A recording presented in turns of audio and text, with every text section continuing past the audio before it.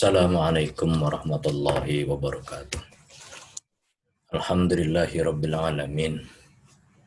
Wassalatu wassalamu ala asyrafil anbiya wal mursalin. Sayyidina Maulana Muhammadin wa ala alihi wa ashabihi wa man tabi'ahum bi ihsanin ila yaumiddin, amma ba'du. Para masyayikh, bapak-bapak, ibu-ibu, saudara-saudara sekalian, para follower yang berbahagia, marilah kita bersyukur pada Allah atas rahmat dan nikmatnya sehingga kita bisa mengkaji ajaran-ajaran Islam. Mudah-mudahan manfaat berkah ila dunia ilal akhirah. Allahumma amin. Saudara-saudara sekalian, kita pada kesempatan ini akan mengkaji tentang salah satu karya dari Syekh Muhammad Shalih bin Umar As-Samarani yang dikenal dengan Kiai Haji Shalih Darat.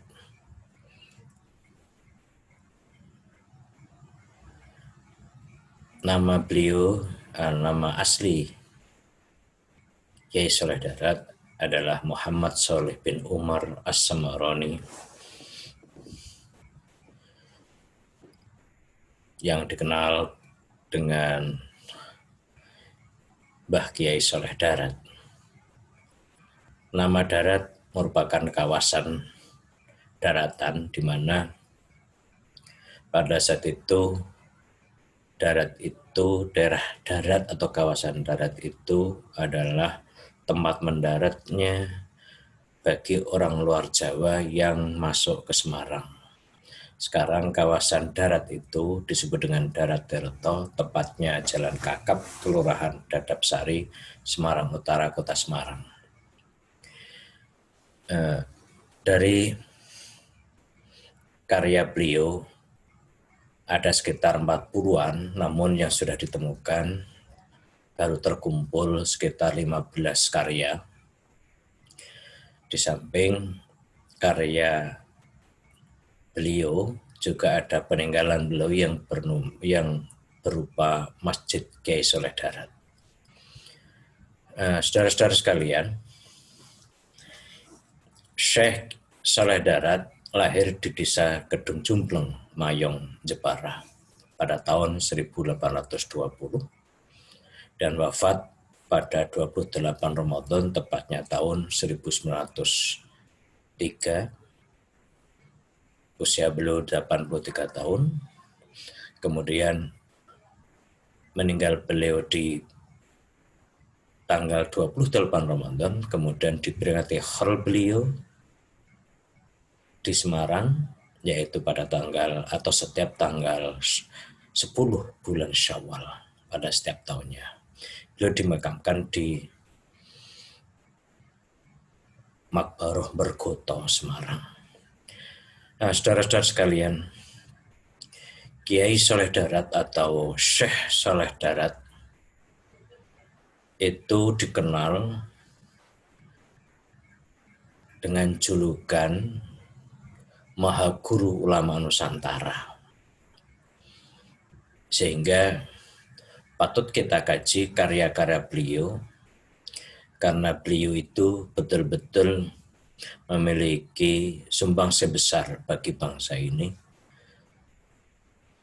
sehingga disebut sebagai Maha Guru Ulama Nusantara karena dari beliaulah lahir murid-murid yang memiliki sumbangsi besar bagi Indonesia. Misalnya Kiai Haji Hasyim Asy'ari adalah pendiri Nahdlatul Ulama sebagai rohanis terbesar, organisasi Muslim terbesar di Indonesia. Kemudian Kiai Haji Ahmad Dahlan, juga murid beliau, pendiri organisasi Muhammadiyah. Kemudian Kiai Haji Dahlan Termas, bahkan Syekh Mahfud Termas, beliau ini ulama Nusantara yang punya kaliber internasional. Kemudian Kiai Dimyati Termes, Kiai Khalil, kakeknya Gusmus Rembang, Kiai Munawir Krapyak Jogja yang punya pesantren Munawir Jogja, R.A. Kartini, Kiai Mudakir yang dimakamkan di tengah laut di daerah Sayung, Demak, perbatasan Semarang. Nah, nama-nama murid-murid beliau seperti inilah yang kemudian beliau layak disebut sebagai Mahaguru Ulama Nusantara. Beliau memiliki banyak karya yang kami sebutkan tadi sekitar 40. Namun yang sudah ditemukan, sudah terkumpul ada 15. Antara lain adalah kitab Minhajul Adqiya fi Sarhi Ma'rifati Adqiya ila Tariqil Auliya, yang akan kita baca nanti. Kemudian juga kitab Tafsir Fadlur Rahman, yang menurut cerita konon lahirnya Tafsir Fadlur Rahman itu atas permintaan R.A. Kartini untuk bisa memahami Al-Quran secara maksimal. Tidak hanya sekedar baca Al-Quran saja, tetapi sampai memahami arti bahkan kandungan-kandungan yang ada di dalamnya. Bapak Ibu sekalian, saudara-saudara yang berbahagia, oleh karena itu sebelum membaca kitab Minhajul Adqiya fi Sarhi Ma'rifatil Adqiya ila Tariqil Auliya, marilah kita mohon kepada Allah Subhanahu wa taala kiranya Allah memberi keridhaan, memberi petunjuk pada kita, dan sekaligus mendapatkan keridhaan musannif Kiai Saleh Darat yang mensunnya, sekaligus mohon keridhaan pada muallif atau penulis kitab asli yang disarai ini, yaitu Nadham Hidayatul Adqiya ila Tariqil Auliya.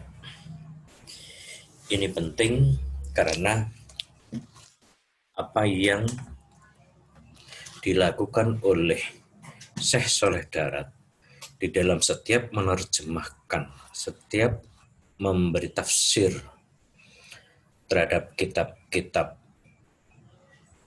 yang berbahasa Arab, beliau atau Kiai Saleh Darat selalu istikharah agar apa yang disebarkan kepada masyarakat mendapatkan ridho dari mu'alif atau pengarangnya. Demikian juga kami mau menyampaikan karya Mbah Saleh Darat, terutama kitab yang akan kita baca Minhajul Adqiya fi Sarhi Ma'rifatil Adqiya ini juga demikian. Jangan sampai apa yang kita sampaikan ini tidak mendapatkan kerelaan dari Syekh Saleh Darat. Alhamdulillah, dengan istikharah kami, alhamdulillah kami mendapatkan izin untuk membaca kitab ini yang kita sebarkan untuk khalayak. Marilah kita baca kitab untuk Kiai Saleh Darat dan Zainuddin Al-Malibari, dan sekaligus mohon syafaat keberkahan kitab ini. Al-Fatihah. Bismillahirrahmanirrahim. Alhamdulillahirabbil alamin arrahmanir rahim maliki yaumiddin iyyaka na'budu wa iyyaka nasta'in ihdinas siratal mustaqim siratal ladzina an'amta 'alaihim ghairil maghdubi 'alaihim waraddallin. Amin. Bismillahirrahmanirrahim. Kita mulai isi kitab Minhajul Adqiya fi Sarhi Ma'rifatil Adqiya. Bismillahirrahmanirrahim. Alhamdulillahi Rabbil Alamin. Wassalatu wassalamu ala syaidil mursalin Sayyidina wa maulana Muhammadin wa ala alihi wa ashabi ajma'in.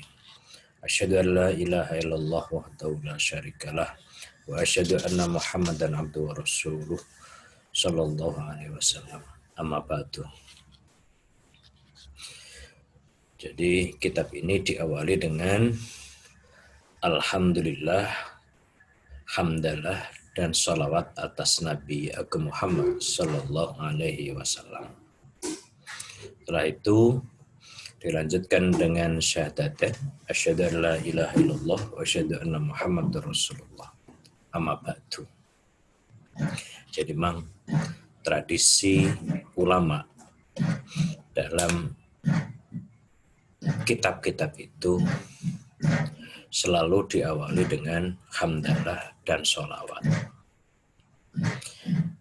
Hal ini tidak lain sebagai ungkapan syukur berupa pujian pada Allah Subhanahu wa taala, sekaligus ungkapan syukur mahabbah dengan baca salawat atas Nabi Muhammad sallallahu alaihi wasallam, sehingga apa yang akan disampaikan kepada publik, apa yang disampaikan pada umat itu betul-betul memiliki jalur sanad, memiliki keridhaan, memiliki atau mendapatkan keridhaan Allah, sekaligus mendapatkan izin, termasuk keberkahan melalui sholawat atas Nabi kita Muhammad sallallahu alaihi wasallam. Amma ba'du, maka tatkala ningali ingsun ing kitab matan nadham Hidayatul Adqiya ila Thariqil Auliya karangane Syekh Al-Allamah Zainuddin Malibari, moko demen ingsun ing yen to gaweake tarjamahe menika kaya sarae kelawan tarjamah basa Jawa. Jadi Syekh Saleh Darat itu setelah melihat mengkaji Nadham Hidayatul Adqiya ila Thariqil Auliya karya Syekh Al-Allamah Zainuddin Malibari, maka Syekh Saleh Darat merasa senang, merasa berkepentingan untuk menulis terjemahan sebagai syarah, sebagai penjelasan dengan berbahasa Jawa, tulisan Arab, dikenal dengan Arabigon. Kenapa? Alasan Yesus Darat, krono supaya manfaat marang para mukminin. Krono muwafaqate kersane ba'dul ikhwan fillah wa rasulih ingkang demen ngaji kitab matan al-madkur padha nyuprih marang ingsun. Terus jadi banyak ikhwan fillah wa rasulih, banyak saudara-saudara seagama, saudara-saudara seagama Islam pada saat itu, banyak yang ingin mengkaji, yang ingin belajar dan mengetahui isi kitab dari Nadham Hidayatul Adqiya ila Thariqil Auliya. Maka kemudian dari situ Syekh Saleh Darat menerjemahkan atau memberi syarah atau penjelasan dari kitab Syekh Al-Malibari itu tadi dengan bahasa Arabigon, dengan harapan bisa diambil manfaat oleh masyarakat, diambil manfaat oleh umat Islam pada saat itu. Kemudian karena kitab ini adalah berbahasa Arab dan agar mendapatkan keridhaan mu'allif yaitu Syekh Al-Malibari, maka kemudian Syekh Saleh Darat melakukan istikharah, mohon petunjuk kepada Allah Subhanahu wa taala lan sarta nuwun izin ingsun marang mu'alifi. Nah, jadi inilah apa yang dilakukan Syekh Saleh Darat ketika ingin menerjemahkan, memberi syarah kitab ini, bahkan kitab-kitab yang lain selalu didahului istikharah. Didahului istikharah, mohon petunjuk kepada Allah sekaligus mohon izin, mohon izin, mohon perkenan dari pengarang kitab yang diterjemahkan atau yang disarai. Inilah nilai lebih dari Syekh Saleh Darat di dalam memberi syarah atau penjelasan atau menerjemahkan kitab-kitab yang akan diterjemahkan itu. Sehingga beliau meskipun memiliki kapasitas keilmuan yang tinggi, tapi kemudian tidak serta-merta beliau itu asal menulis, tetapi bahkan mohon izin untuk menjelaskan kepada masyarakat. Ini penting bagi kita sebagai umat Islam, bahwa di dalam mengkaji suatu ilmu perlu ada penelusuran sanad sehingga sampai kepada Rasulullah SAW. Nah, setelah beliau Syekh Saleh Darat istikharah, mohon petunjuk kepada Allah, dan sekaligus minta izin pada mu'allif, moko oleh isyarah ingsun kelawan isyarah bil idin. Maka kemudian Syekh Saleh Darat mendapatkan isyarat bahwa Syekh Saleh Darat diperkenankan untuk memberi syarah terhadap kitab Hidayatul Adqiya ila Thariqil Auliya. Nah, perlu kami sampaikan juga bahwa kitab Hidayatul Adqiya ila Thariqil Auliya ini adalah karya Syekh Al-Allamah Zainuddin Al-Malibari. Ini bentuknya nadham. Ya, nadham itu kata-kata, kalimat-kalimat singkat. Kalau dalam kita ya seperti puisi. Nah, setelah mendapatkan izin itu kemudian beliau menulis, kemudian mengucapkan walhamdulillah ala dzalik, maka dadi nejo ingsun gawe syarah iki kitab kelawan terjemah basa Jawa supaya dadi nafik maring awamul mukminin al-Jawi. Jadi setelah mendapatkan isyarah bil idni dari Syekh Zainuddin Al-Malibari, pengarang kitab Hidayatul Adqiya ila Thariqil Auliya ini, maka kemudian Syekh Saleh Darat mengucapkan syukur memuji walhamdulillah ala dzalik. Maka kemudian beliau Syekh Saleh Darat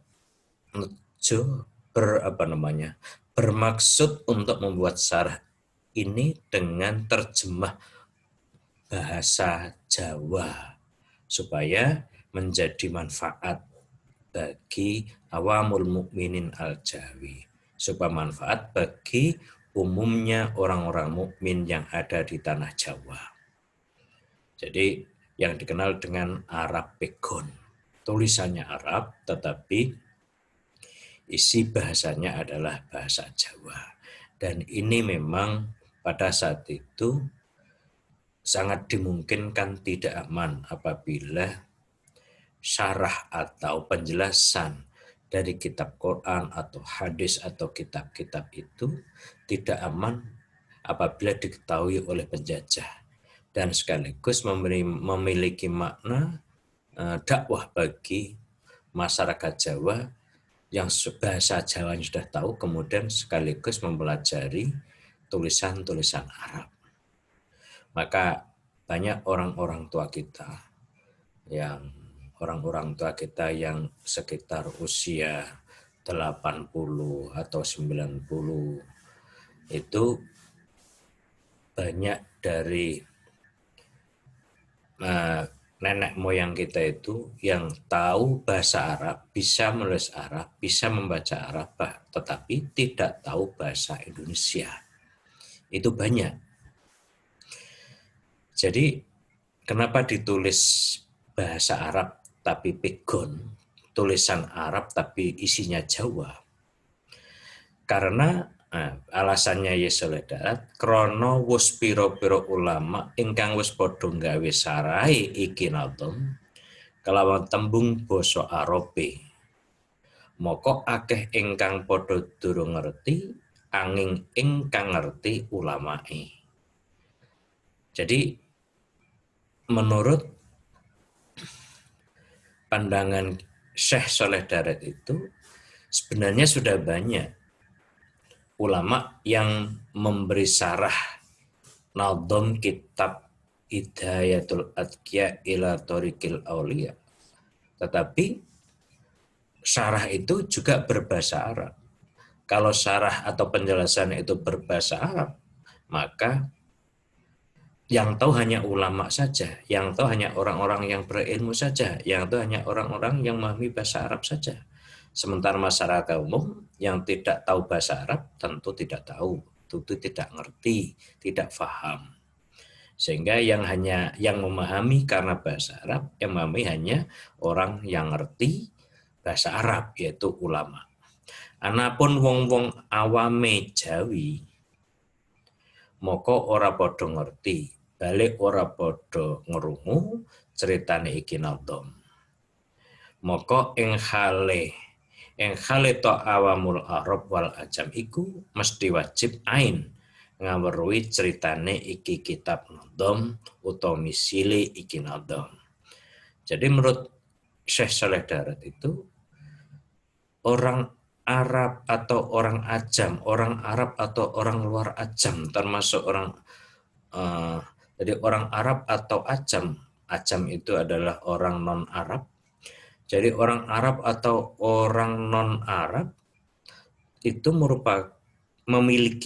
memiliki kewajiban untuk mengetahui, bahkan menurut beliau wajib ain. Wajib bagi setiap orang mengetahui isi dari kitab nadom ini.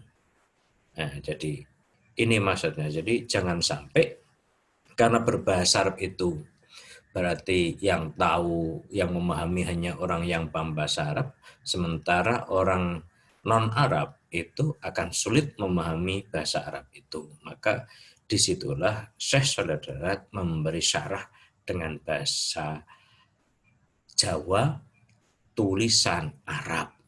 Kenal kemudian tadi Arab pegon. Alasannya lagi apa? Karena krono bopo lan wali iku wajib murui anake awit umur 7 tahun hingga umur 15 tahun. Alasan beliau juga karena orang tua, bapaknya atau walinya itu memiliki hukum wajib mengajarkan anaknya mulai umur 7 tahun sampai umur 15 tahun. Mengajarkan apa? Ini juga memang dasarnya hadis Nabi Muhammad SAW suruh mengajarkan anak-anaknya ketika anak usia 6 sampai 7 tahun. Di dalam hal apa mengajarkan orang tua pada anaknya itu? Menurut Yesoleh Darat juga murui ing dalem usuluddin lan ing dalem furuuddin lan yaiku ilmune syahadaten lan ilmune salat sarta syarat rukune kaya ilmune thaharah, jinabat, wudu sarta syarat rukune lan ilmune rukune Islam kabeh. Jadi ini orang tua baik itu bapaknya sendiri atau wali itu memiliki kewajiban mengajar anaknya dengan ilmu-ilmu usuluddin, ilmu-ilmu sebagai dasar-dasar agama. Contohnya ya ilmu tauhid, untuk memahami sifat-sifat Allah, af'al Allah. Lan ing dalem furu'uddin, ing dalem cabang-cabang agama.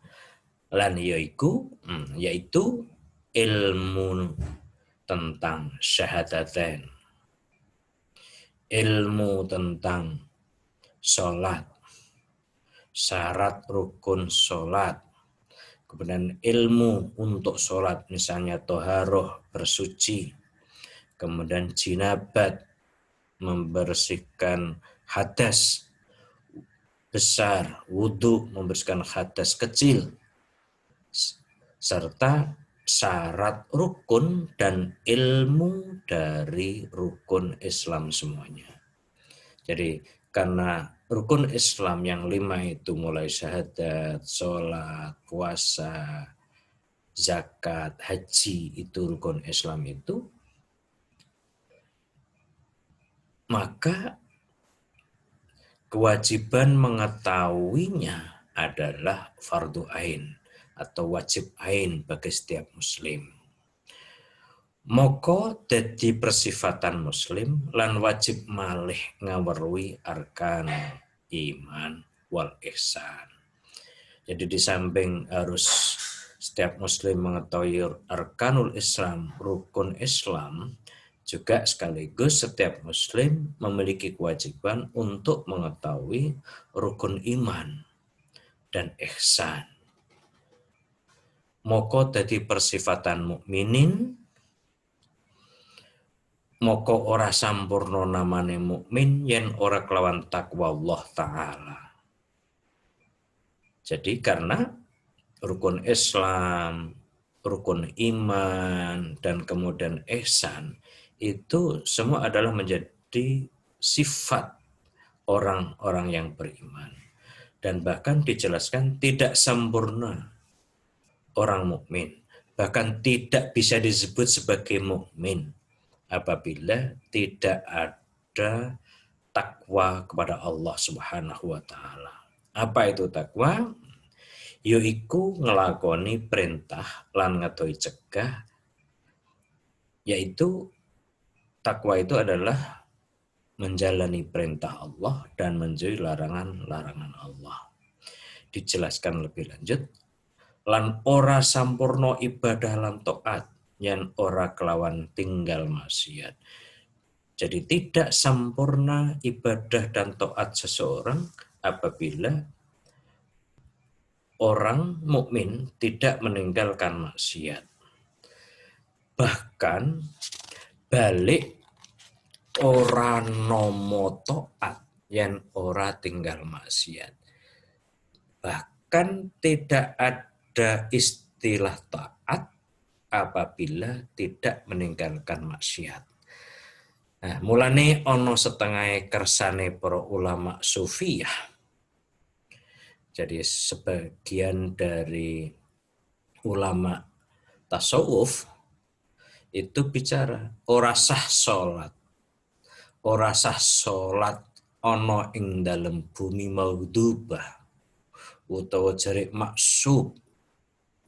Jadi bahkan ulama tasawuf itu menyampaikan tidak sah sholat orang yang ada di tanah atau di bumi yang dibenci oleh Allah, atau jarik yang tidak baik, moko ora tinemu taat ana ing dalem jerone maksiat, maka tidak disebut sebagai taat apabila ada di dalam maksiat. Kaya mengkumburi bicarane insya Allah Ta'ala. Jadi nanti akan dijelaskan di belakang tentang taat itu tidak boleh berada di dalam maksiat. Lan ora sempurna tinggale maksiat angin kudu arep zuhud anid dunia. Nah, ini mulai masuk tentang akhlak tasawuf. Tidak sempurna meninggalkan maksiat kecuali harus zuhud anid dunia. Kecuali zuhud anid dunia, harus menjauhkan diri terlalu senang terhadap dunia. Moko dadi wajib ing atase wong kang muttaqin arep ngaji iki kitab Nadham Hidayatul Adqiya ila Thoriqil Auliya. Karena orang tidak mungkin bisa meninggalkan maksiat kecuali dia harus menghindarkan diri dari urusan duniawi, sehingga menjadi wajib bagi orang-orang yang bertakwa bagi orang-orang yang bertakwa itu wajib untuk mengkaji, untuk ngaji, untuk mengetahui kitab Nadham Hidayatul Adqiya ila Thoriqil Auliya. Maksudnya tegese rupa akan nembang ingkang dadi aweh weruh lan aweh pituduh maring wong kang anduweni akal sampurna den tuduhaken maring dalane lakune para auliya illah subhanahu wa ta'ala. Jadi orang-orang yang muttaqin, orang-orang yang takwa itu menjadi wajib untuk mengkaji, untuk mempelajari kitab Nadham yang disarai ini, yaitu kitab yang menjadi petunjuk, kitab yang menjadi panduan bagi orang yang memiliki akal sehat, ditunjukkan menuju jalan yang dilakukan, yang dilalui, yang diamalkan para aulia illah subhanahu wa ta'ala. Jadi ini kita belajar kitab ini memang